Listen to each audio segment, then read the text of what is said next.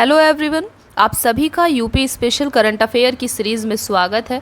दोस्तों, यहाँ पर हम घटना चक्र उत्तर प्रदेश तथ्यसार के माध्यम से यूपी स्पेशल करंट अफेयर के पोर्शन को कवर कर रहे हैं।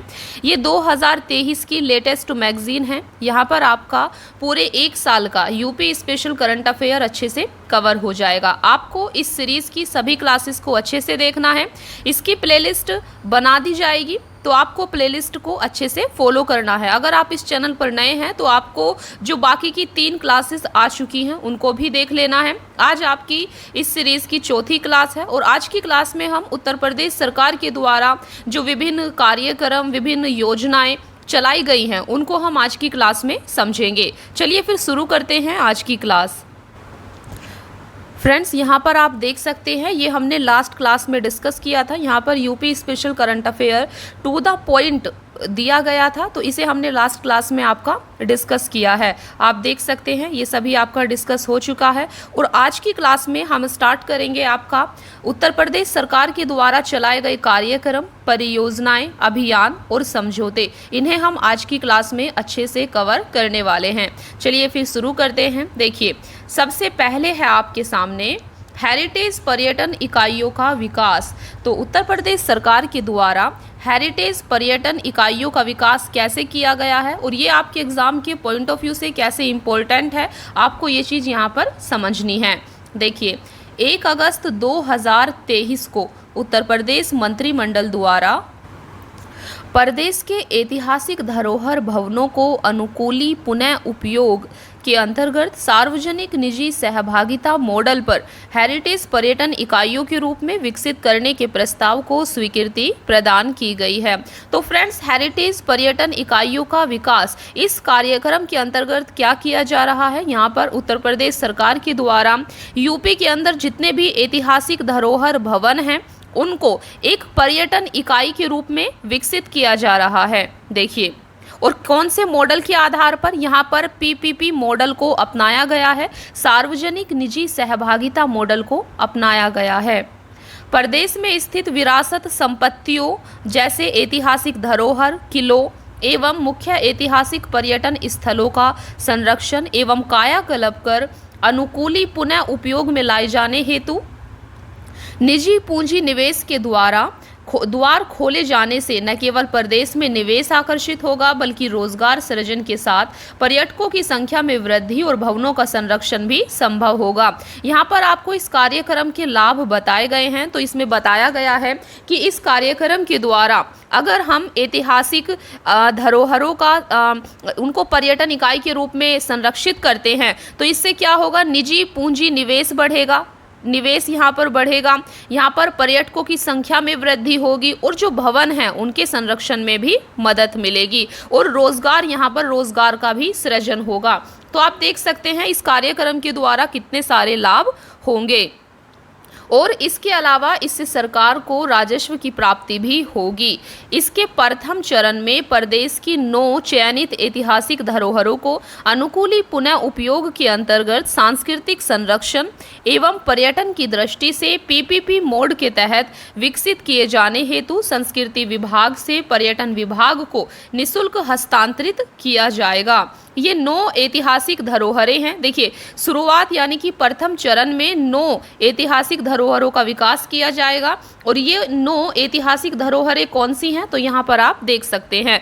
सबसे पहले है लखनऊ में है आपका 76 मंजिल, तो इसको एक पर्यटन इकाई के रूप में विकास किया जाएगा। दूसरा है आपका मिर्जापुर में चुनार किला, तीसरा है झांसी में बरुआ सागर किला और चौथा है लखनऊ में कोठी गुलिस्ता-ए-इरम। नेक्स्ट है आपका लखनऊ में कोठी दर्शन विलास। नेक्स्ट है लखनऊ में कोठी रोशन उद्दौला और मथुरा का बरसाना जल महल, कानपुर देहात का शुक्ला तालाब और कानपुर नगर बिठूर में टिकैत राय बारादरी। तो ये 9 ऐतिहासिक धरोहरें हैं जिनको चुना गया है और प्रथम चरण में इन्हीं का विकास किया जाएगा। फ्रेंड्स नेक्स्ट है आपका ओबरा डी तापीय परियोजना। तो ये तापीय परियोजना क्या है, कहाँ पर है और क्यों न्यूज़ में है, चलिए इसको समझते हैं। तो 11 जुलाई 2023 को उत्तर प्रदेश मंत्रिमंडल द्वारा ओबरा डी तापीय परियोजना के अंतर्गत ये आप यहाँ पर देख सकते हैं इतने करोड़ रुपए की लागत से 800 मेगावाट की 2 इकाइयाँ स्थापित किए जाने से संबंधित प्रस्ताव को अनुमोदित किया गया है। तो इसके तहत 800 मेगावाट की 2 इकाइयाँ स्थापित की जाएंगी। इस परियोजना की स्थापना एनटीपीसी और उत्तर प्रदेश राज्य विद्युत उत्पादन निगम लिमिटेड के 50:50 अंशधारिता के संयुक्त उद्यम मेजा ऊर्जा निगम प्राइवेट लिमिटेड द्वारा की जाएगी। परियोजना के 70% अंश का वित्तपोषण वित्तीय संस्थानों से ऋण प्राप्त कर एवं 30% अंश का वित्तपोषण शासकीय अंश पूंजी और एनटीपीसी द्वारा किया जाएगा। तो आप देख सकते हैं इस परियोजना के निर्माण शुरू होने के 56 माह के भीतर परियोजना से 1600 मेगावाट विद्युत उत्पादन होना अनुमानित है। इस परियोजना से उत्पादित 100% बिजली प्रदेश को मिलेगी। ध्यातव्य है कि यह उत्तर प्रदेश की पहली अल्ट्रा सुपर क्रिटिकल यूनिट इकाई होगी। तो ये चीज़ आपको यहाँ पर याद रखनी है। नेक्स्ट है आपका वन टैप वन ट्री अभियान। तो चलिए इसको समझते हैं, वन टैप वन ट्री अभियान आखिर क्या है। तो 1 जुलाई 2023 को उत्तर प्रदेश सरकार द्वारा वन टैप वन ट्री नामक अभियान शुरू किया गया। दोस्तों सबसे पहले आपको इस डेट को याद रखना है, वन टैप वन ट्री अभियान की शुरुआत कब की गई है। तो इसकी शुरुआत 1 जुलाई 2023 को की गई है। इस अभियान का उद्देश्य क्या है। तो इस अभियान का उद्देश्य ग्रामीण क्षेत्रों में पीने योग्य नल के पानी के प्रावधान के साथ साथ राज्य के हरित क्षेत्र का विस्तार करना है। यह अभियान राज्य सरकार के अधीन नमामि गंगे कार्यक्रम और ग्रामीण जल आपूर्ति विभाग द्वारा संयुक्त रूप से चलाया जा रहा है। इस अभियान के तहत राज्य सरकार ने राज्य में 1 जुलाई से 7 जुलाई के बीच 5 लाख पौधे लगाने का लक्ष्य भी रखा है। पहल शुरू होने के 1 सप्ताह के भीतर ये पौधे लगाए जाएंगे। नल कनेक्शन प्राप्त करने वाले परिवारों के घरों के बाहर ओवरहेड टैंकों, पंप हाउसों और जल उपचार संयंत्रों पर पौधे लगाए जाते हैं। राज्यों में हर घर जल योजना के तहत प्रत्येक लाभार्थी को नल के पानी के कनेक्शन के साथ साथ एक पौधा भी उपलब्ध कराया जा रहा है। तो इस परियोजना के बारे में आपको याद रखना है। नेक्स्ट है आपका पॉलीटेक्निक चलो अभियान। तो ये पॉलीटेक्निक चलो अभियान क्या है, चलिए इसको समझते हैं। 16 जून 2023 को उत्तर प्रदेश सरकार ने युवाओं को तकनीकी शिक्षा से जोड़कर रोजगार के अवसर पैदा करने के उद्देश्य से पॉलीटेक्निक चलो अभियान की शुरुआत की है। इस अभियान का लक्ष्य प्रतिवर्ष लाखों युवाओं को सरकारी सहायता प्राप्त और निजी पॉलीटेक्निक संस्थानों में दाखिला दिलाना है। इस अभियान के तहत युवाओं को पॉलीटेक्निक संस्थानों में प्रवेश लेने हेतु प्रेरित किया जा रहा है। नेक्स्ट है आपका ऑपरेशन कन्विक्शन। तो दोस्तों ऑपरेशन कन्विक्शन क्या है इसको समझते हैं। जून 2023 में उत्तर प्रदेश पुलिस विभाग ने राज्य में अपराधियों और माफियों से निपटने के लिए ऑपरेशन कन्विक्शन नामक एक नई पहल की शुरुआत की है। तो इसकी शुरुआत किसके द्वारा की गई है, उत्तर प्रदेश पुलिस विभाग के द्वारा की गई है। और क्यों की गई है, राज्य में अपराधियों और माफियों से निपटने के लिए इस अभियान की शुरुआत की गई है। देखिए इस पहल के तहत पॉक्सो अधिनियम के तहत दर्ज मामलों और गो हत्या, अवैध धर्म परिवर्तन, बलात्कार, लूट, डकैती और हत्या से जुड़े गंभीर आपराधिक मामलों में त्वरित कार्रवाई की जाएगी। इस पहल का उद्देश्य दोष सिद्धि की प्रक्रिया में तेजी लाना और अपराधियों के लिए त्वरित सजा सुनिश्चित करना है। प्रत्येक कमिश्नरेट और जिले को पॉक्सो अधिनियम के तहत दर्ज मामलों के अलावा ऑपरेशन कन्विक्शन के तहत अन्य गंभीर अपराधों के 20 मामलों की पहचान करनी होगी। आरोप 3 दिनों के भीतर तय किया जाएगा और मुकदमे की कार्यवाही 30 दिनों के भीतर पूरी की जाएगी। नेक्स्ट है आपका NGEAL UPRVUNL के मध्य MOU। तो ये समझौता क्या है और किस किस के बीच में हुआ है, चलिए इसको समझते हैं। देखिए 31 मई 2023 को एनटीपीसी ग्रीन एनर्जी लिमिटेड, ये आपकी NGEAL इसकी फुल फॉर्म है, एनटीपीसी ग्रीन एनर्जी लिमिटेड, और उत्तर प्रदेश राज्य विद्युत उत्पादन निगम लिमिटेड के मध्य लखनऊ में एक समझौता ज्ञापन हस्ताक्षरित हुआ। इस समझौता ज्ञापन पर नवीकरणीय ऊर्जा पार्कों और परियोजनाओं के विकास में सहयोग करने और ऊर्जा क्षेत्र में बदलाव लाने के भारत सरकार के प्रयासों को आगे बढ़ाने के उद्देश्य से हस्ताक्षर किया गया है। इस सहमति ज्ञापन के तहत दोनों संगठन रिहंद जलाशय, अन्य जल क्षेत्रों और किसी भी उपलब्ध खाली भूमि, अयोध्या शहर के सौर ऊर्जाकरण के लिए समर्पित सोलर PV प्रोजेक्ट और जहां कहीं भी भूमि उपलब्ध कराई जाएगी वहां नवीकरणीय ऊर्जा पार्कों और परियोजनाओं के विकास के लिए मिलकर काम करेंगे। नेक्स्ट है आपका समर्थ अभियान। तो समर्थ अभियान क्या है, इसको समझते हैं। देखिए, 25 मई 2023 को केंद्रीय ग्रामीण विकास और पंचायती राज मंत्री गिरिराज सिंह ने लखनऊ में अमृत महोत्सव के तहत 50,000 ग्राम पंचायतों में डिजिटल लेन देन को बढ़ावा देने हेतु समर्थ अभियान का शुभारंभ किया है। फ्रेंड्स, यहाँ पर सबसे पहले आपको याद रखना है समर्थ अभियान की शुरुआत कब की गई है, 25 मई 2023 को की गई है। और किसके द्वारा की गई है, केंद्रीय ग्रामीण विकास और पंचायती राज मंत्री हैं उत्तर प्रदेश में गिरिराज सिंह, इन्हीं के द्वारा लखनऊ में इस अभियान की शुरुआत की गई है। इसका उद्देश्य क्या है, तो इसका उद्देश्य बेसिकली ग्राम पंचायतों में डिजिटल लेन देन को बढ़ावा देना है। यह अभियान केंद्रीय ग्रामीण विकास मंत्रालय द्वारा संचालित किया जा रहा है। यह अभियान 1 फरवरी 2023 को शुरू हुआ और 15 अगस्त 2023 तक आज़ादी के अमृत महोत्सव के अंतर्गत जारी रहेगा। इस अभियान के तहत विशेष रूप से महिलाओं पर ध्यान केंद्रित करते हुए ग्रामीण क्षेत्रों में डिजिटल लेन देन को बढ़ावा देने पर विशेष बल दिया जा रहा है। नेक्स्ट है आपका ऑनलाइन ग्रामीण शिक्षा कार्यक्रम पहल। ऑनलाइन ग्रामीण शिक्षा कार्यक्रम पहल क्या है, इसको समझते हैं। 15 मई 2023 को उत्तर प्रदेश सरकार ने राजकीय यूपी सैनिक इंटर कॉलेज लखनऊ में एक ऑनलाइन ग्रामीण शिक्षा कार्यक्रम पहल का शुभारंभ किया। यह कार्यक्रम माध्यमिक शिक्षा विभाग द्वारा IIT कानपुर के सहयोग से तैयार किया गया है। इस कार्यक्रम के तहत प्रारंभिक चरण में राज्य के 10 सरकारी माध्यमिक विद्यालयों में मुफ्त ऑनलाइन शिक्षा प्रदान की जाएगी। निकट भविष्य में इस कार्यक्रम को प्रदेश भर के 40,000 विद्यालयों में विस्तारित किया जाएगा।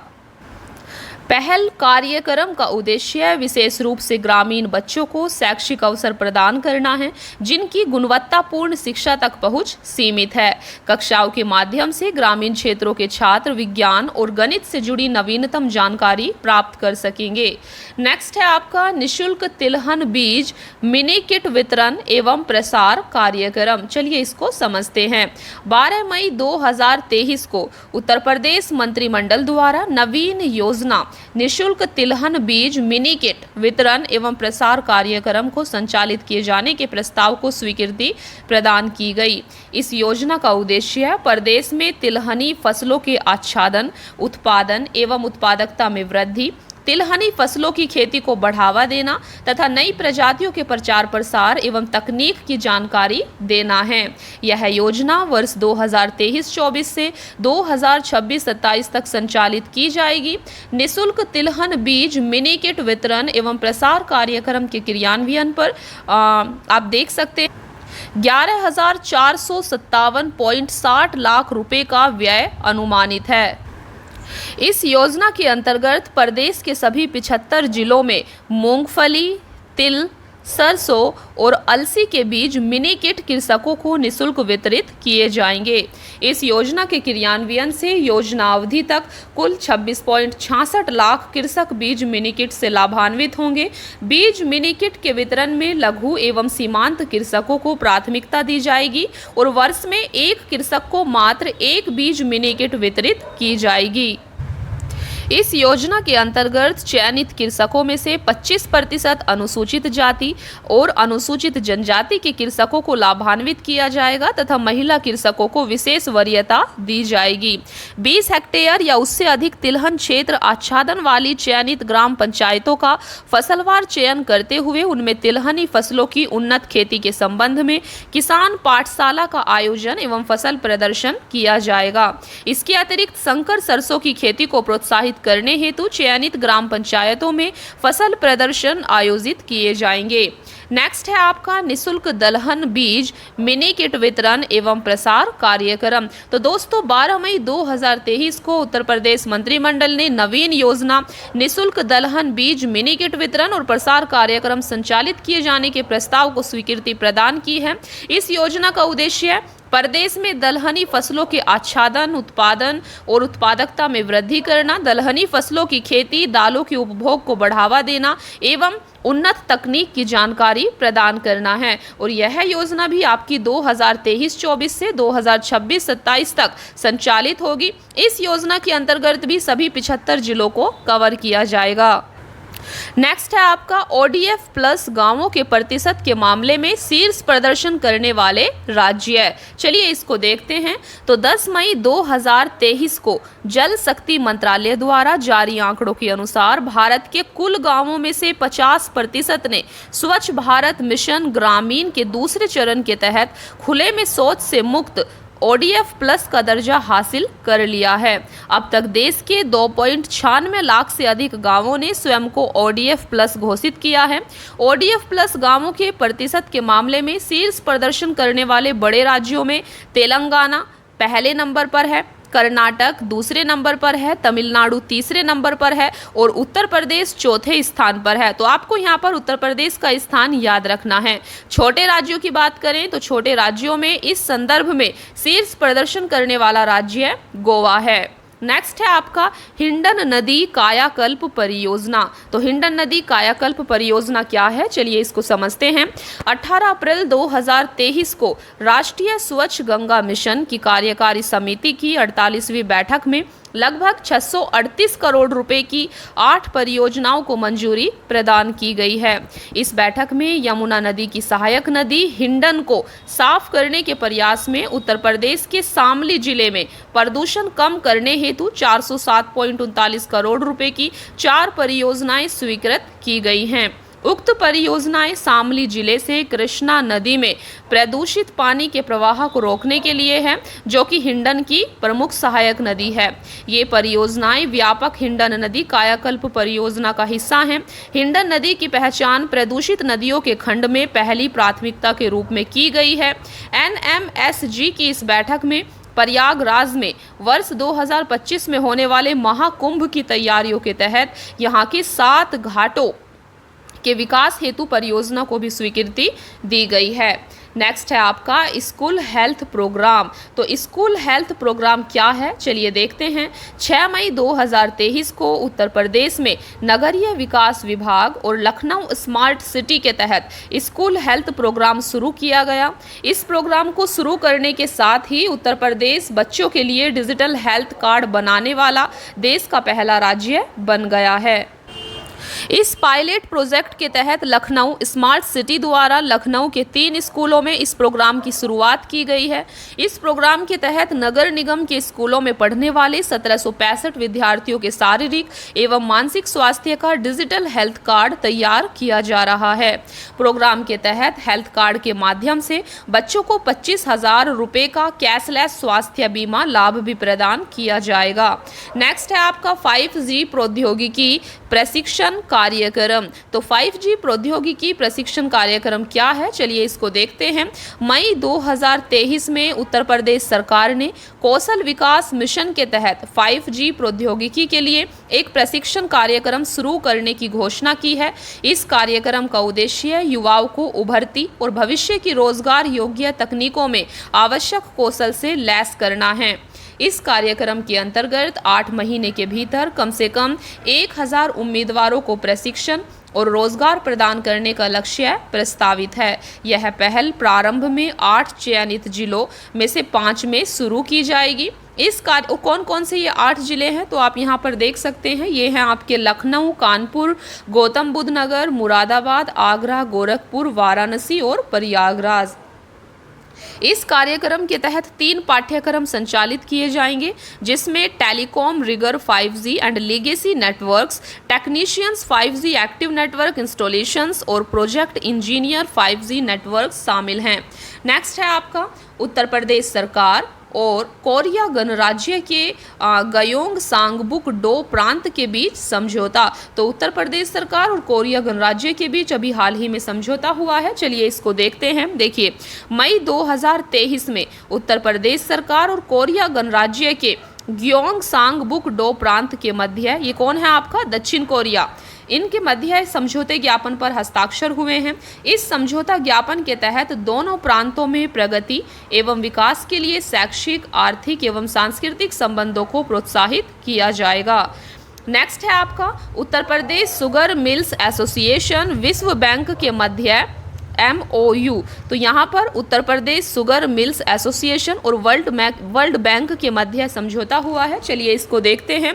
देखिए, अप्रैल 2023 में Uttar Pradesh sugar mills association और विश्व बैंक के मध्य सूक्ष्म सिंचाई माइक्रो इरिगेशन पर एक सामान्य दृष्टि और प्राथमिकताओं के अनुरूप दीर्घकालीन संबंध स्थापित करने हेतु समझौता ज्ञापन हस्ताक्षरित हुआ है।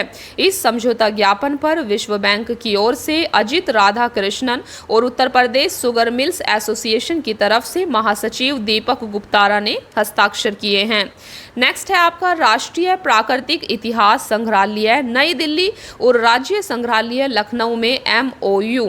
तो 12 अप्रैल 2023 को राष्ट्रीय प्राकृतिक इतिहास संग्रहालय नई दिल्ली और राज्य संग्रहालय लखनऊ के मध्य जनता के बीच पर्यावरण संरक्षण और पर्यावरण शिक्षा की दिशा में मिलकर कार्य करने हेतु समझौता ज्ञापन हस्ताक्षरित हुआ है। नेक्स्ट है आपका स्टेट अर्बन डिजिटल मिशन। तो स्टेट अर्बन डिजिटल मिशन क्या है, चलिए देखते हैं। 29 मार्च 2023 को उत्तर प्रदेश मंत्रिमंडल ने state urban digital mission Uttar Pradesh प्रारंभ करने एवं इसके लिए मेमोरेंडम ऑफ एसोसिएशन नियमावली पर उक्त के सोसाइटी रजिस्ट्रेशन एक्ट के अधीन पंजीकरण के प्रस्ताव को मंजूरी प्रदान की है। यह mission national urban digital mission की तर्ज पर संचालित होगा। इस मिशन का क्रियान्वयन प्रथम चरण में प्रदेश के 17 नगर निगमों के अलावा जिला मुख्यालय वाली नगरपालिका परिषदों एवं नगर पंचायतों में किया जाएगा। बाद में इसे प्रदेश के सभी निकायों में लागू किया जाएगा। इस मिशन के तहत नगरीय निकायों में जन्म मृत्यु प्रमाण पत्र, म्यूटेशन सहित सभी म्युनिसिपल सेवाएं ऑनलाइन उपलब्ध कराई जाएंगी। प्रदेश में इस मिशन के शुरू होने से नगरीय निकायों में नियोजन, नवाचार, प्रशिक्षण और दूसरे प्रदेश के निकायों के साथ भी नवाचारों का आदान प्रदान किया जाएगा। नेक्स्ट है आपका देश का पहला पब्लिक ट्रांसपोर्ट रोपवे। तो देश का पहला पब्लिक ट्रांसपोर्ट रोपवे क्या है, कहां पर है, चलिए देखते हैं। 24 मार्च 2023 को प्रधानमंत्री ने अपने संसदीय निर्वाचन क्षेत्र वाराणसी में देश के पहले पब्लिक ट्रांसपोर्ट रोपवे का शिलान्यास किया है। 644.49 करोड़ रुपए की लागत वाला यह रोपवे वाराणसी कैंट स्टेशन से गोदालिया के मध्य संचालित होगा। इस रोपवे के माध्यम से कैंट रेलवे स्टेशन से गोदोलियो चौराहे तक लगभग 3.8 किलोमीटर की दूरी 16 मिनट में तय की जाएगी। इसके बनने के बाद भारत, बोलीविया और मैक्सिको के बाद विश्व का तीसरा देश होगा जहां यह सुविधा उपलब्ध होगी। नेक्स्ट है आपका 150 ITI के उन्नयन हेतु समझौता। तो दोस्तों अभी 26 फरवरी 2023 को व्यावसायिक शिक्षा एवं कौशल विकास विभाग, उत्तर प्रदेश सरकार और टाटा टेक्नोलॉजी लिमिटेड के बीच प्रदेश में 150 राजकीय औद्योगिक प्रशिक्षण संस्थानों के उन्नयन हेतु समझौता ज्ञापन का आदान प्रदान हुआ है।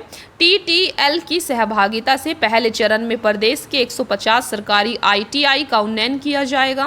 प्रतिवर्ष 35,000 युवाओं को प्रशिक्षित करके उन्हें TTL से जुड़ी सहभागी कंपनियों में ऑन जॉब ट्रेनिंग तथा एंटरप्रेन्योरशिप स्कीम से जोड़ा जाएगा। नेक्स्ट है आपका आगरा मेट्रो रेल परियोजना। तो 6 फरवरी 2023 को मुख्यमंत्री योगी आदित्यनाथ ने आगरा मेट्रो रेल परियोजना के दूसरे चरण टनल निर्माण कार्य का शुभारंभ किया। उन्होंने गंगा और यमुना नामक 2 अंडरग्राउंड टनल के निर्माण कार्य का शुभारंभ भी किया। इस मेट्रो रेल परियोजना का निर्माण कार्य Uttar Pradesh metro rail corporation द्वारा कराया जा रहा है।